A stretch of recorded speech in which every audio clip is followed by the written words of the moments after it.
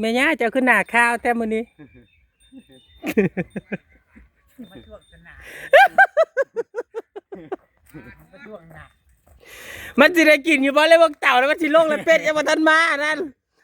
พาไปคนละอย่าง หน้าสันคอไข่บ่ มันสิได้กินบ่หมอสิลงแล้วเป็ดยังบ่มา แต่สามเทื่อว่าปุ่งสามเทื่อย่อขึ้นแล้วพอเต่า อยากมาละมาเด้อเด้อหมอสิลงแล้วเด้อเต่าสิมุนแล้วเด้อ อันนี้ทะเลเต่าเนาะ โพดแล้วเด้อ ที่มาสู่ชีวิตแค่กว่าเต่านะ มาให้หมูถ่าเด้อมืดชุ่มผู้จักสิได้กินมันสิได้สิแตกบ่สอนเด้สอนตูบจะเด้มีข้องมีแข้งเด้ป้าอ้อยก็สิบ่ได้เป็นป้าอ้อยแล้วเด้อบัดนี้เด้ออำมาลาสิเฮ็ดบ้านใหม่แล้วพี่ข้องน้ำกะอ้อมตูบอยู่ หลังบ้านฉันมีที่ดินอยู่บ้าง5 ตารางวาฉันขอแม่มาทำเป็นอย่าว่าตัวนั้นนะอย่าห้องต่อเด้อตัวนั้นเด้อ บ่ห้ามต่อบอกแต่ว่าขุดหลุมไว้ก่อนตอนฉันยังเป็น ไม่ต้องบอกปูนซีเมนต์ทับหน้าเอาซ้ำนี่แล้วจ้า สอนตูบเด่นเนาะโอ้อยากได้เดี๋ยวนี้มานอนอยู่เนาะ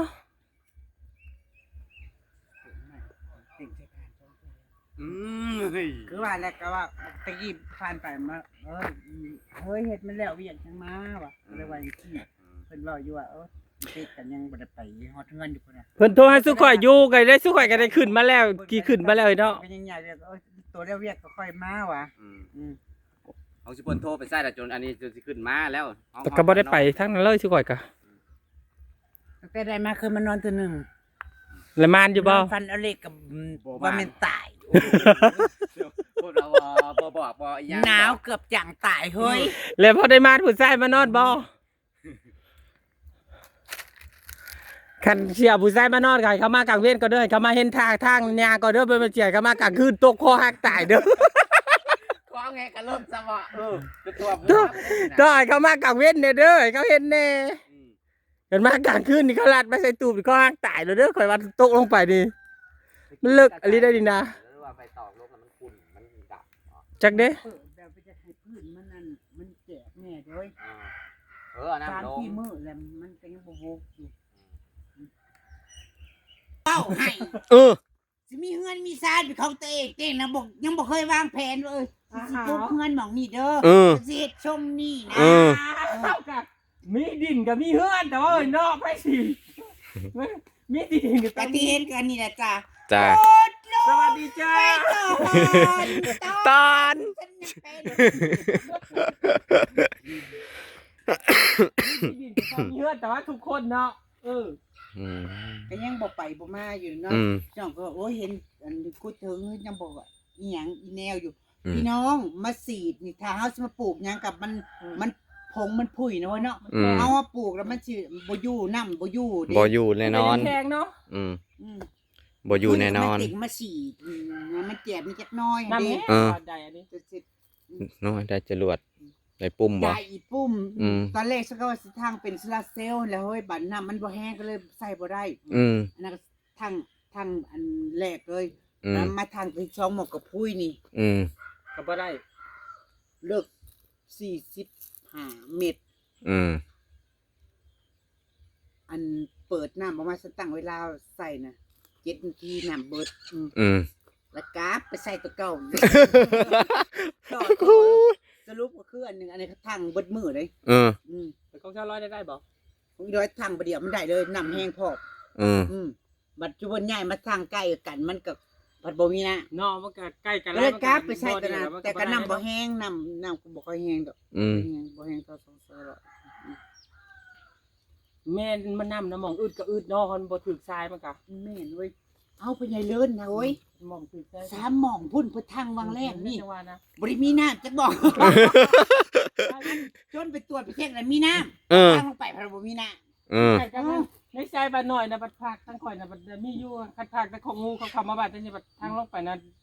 เขาได้ทางเขาได้เทื่อในคอกหมูแล้วก็มันเจินน่ะเด้มันบ่มีน้ำนะชวนไปชวนมันเนาะ อืม น้ำก็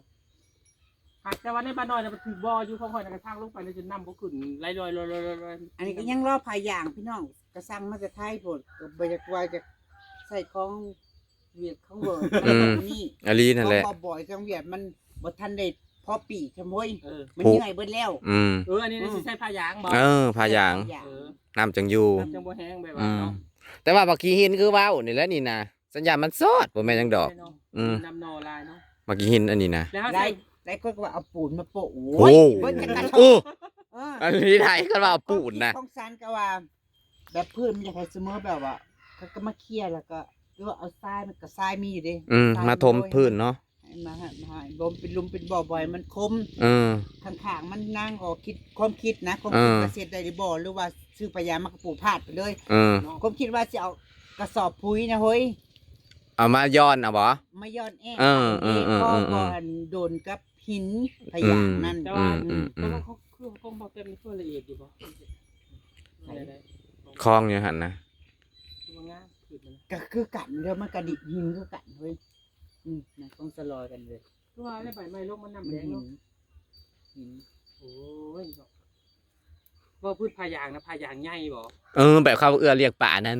เท่าไหร่แต่เท่าไหร่ จักแลก็ มันก็ แพงอยู่แล้วเพราะว่ามันหนานี่ เม็ดละเก้าอันนี้มันเท่าจักเม็ดความ อื สู ม งแต่ผูกมาพี่ แม่หาชิปนี้ได้แล้วกันบ่จะพอ2แม่นนี่ อืม สะพานลงไปได้แม่นหาชิปอยู่2แม่น ท่านได้เทศด้วยว่า แล้วสิปลูกมันเฮ็ดลองมันได้แค่น บอลพายางเพิ่นน่ะเด้เพิ่นสิเอาบอลอันนี้ทมไว้ ที่เฮ็ดเป็นร่องนี่เฮ้ยความคิดก็คือสันสิปลูกพะยางเลยคือมัน อืม แต่สันสิเจือย เจือตัวนี้ลงไปทับเอาเลย เจือดินลงเอาไปฮอดหัน แล้วดินตรงนั้นและความคิดนะ มัน อืม เป็นไปตามความคิดบอ อืม และขอบมันนี่น้ำขึ้นมาพี่เนาะสักกะสิปลูกผักบงแก้วให้มันลอยลงไปให้หนาน้ำมันแบบมันบ่ฮ้อนดี อืม ให้มันเย็นแน่ดี อืม ความคิด อื นะ ม แต่ตอนนี้ก็ยังเห็นตะคองอยู่ค่ะ จ้า ความคิดกาเนาะ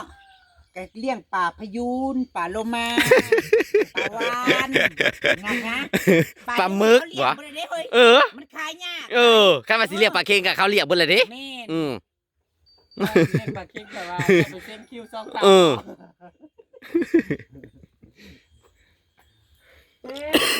เฮ็ดก่อน อืมเฮ็ดไป อืม เนาะ กระตุเปิ้นพี่น้องจัดตุเปิ้นกระบักใหญ่พี่น้องเอ้ย สอดเด้สอดตูบดีเด้จะแม่นกว้างเด้ อืม โอเคโอ้ยจัง โอเค พอดีกว้างแล้วนี่นั่น ไปได้เนาะ ได้พักเนาะพัก ดีแล้วที่บ่มีพักนั่นดีแล้ว มองนะก็ไว้ให้สะพานข้ามไปทางพุ่นนะ ข่อยว่าเขาปลูกเอามากจะได้เที่ยงเนาะ อืม มาได้ โอเคคือรถกระบะรถ คุณได้ ปัญหาจนมดลูกไหลอยู่ปุ๊บ ก็เดี๋ยวเอารถเข้ามาที่แสดง ว่าถอยมาหอนนี้ปัญหามันใส่หลายคน ผักอยู่ด้านนอกมันจะ โอ้ยกันคอเด้อพี่น้องเอ้ย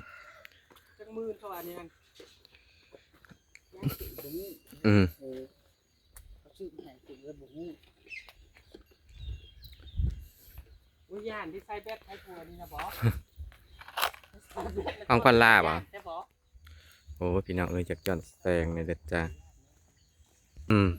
แต่ เฮ้ย เป็ดยังไม่พร้อม ผักผอมเป็ดย่าง ผักเอาไว้กิน อืมโอ้เดี๋ยวนี้ก็ใครแน่แล้ววะ ผักเจียกับข้าวเป็ดก็ยังขังฉากเลย อืม ต้มน้ำไม่แต่จะ แต่มันนอนมันน้ำมันถึงเด้อ เอ้าดอกไม้น่ะกระเสียบไม้ใส่กระทุ่งจ้ะ โอ้มันชนละเซลล์เฮ้ย อืม ได้อะไรมาครับ เพิ่นไปเอาผักมาพี่น้อง ข้างหมาเอาน้ำไว้อยู่นี่กะยายังบ่ทันได้มาเถอะปิกนิกค่ะวันนี้นะคะ แต่ว่าสิได้อยู่นำอยู่บ่ได้พี่น้องเพราะว่านัดกับเจ้าไว้แต่มื้อเช้าพุ่นว่าสิไปพากันไปเยืองพี่น้องยังสิได้อยู่หรือเปล่าเนาะ ขึ้นมากระแตแห่กันอยากสุดใจอยากกินตับว่าจากซื้อ อืม โอ้ยจริงใช่ ต้องเอาตัวกบมานอนหลายคน พออยู่นะ พ่อยเดี๋ยว ยืนกินกันรถ อืม ต้องคนมาแบบ คนกันคนเมื่อคนกลับปริญญา เฮ้ย นะคะ นี่ก็ได้พี่น้องเปลืองแต่ท่านนี่นะฮะก็ดีจ้า ทางใจ นี่แหละ อาม่ากับเปลือกเห็ดอีกดิแต่เห็ดแนวยากมันสิโดน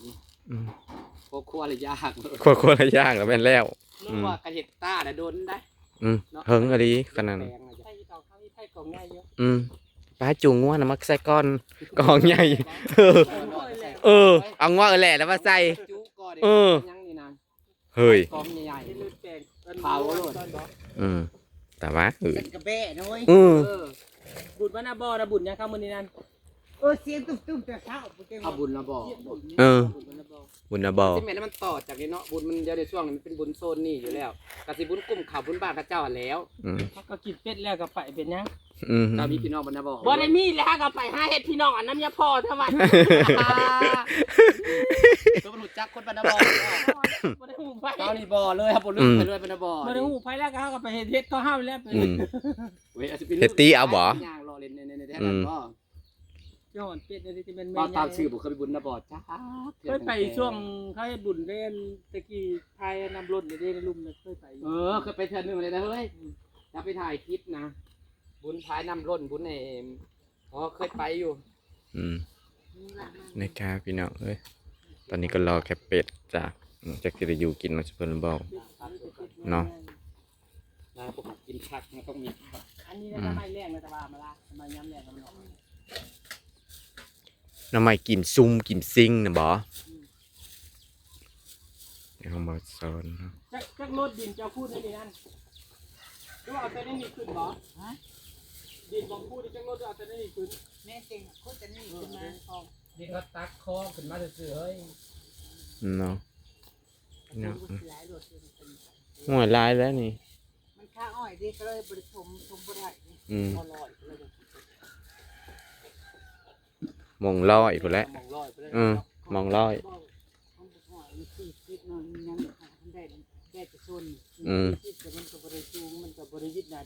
บริวิตนาดินไปได้ซ้ำนั้นนะ ตะวันไปทางไหน จ้าบอกมันดูน้องที่มีของที่เป็นการไว้สนิก่อนจ้าถ้ากินเป็ดอยู่นี่จะคอกเป็ดบ่มากกับกินท่าอยู่นี่นะท่ามา จ้าติดตามคลิปหน้ากันแล้วกันพี่น้องสวัสดีจ้า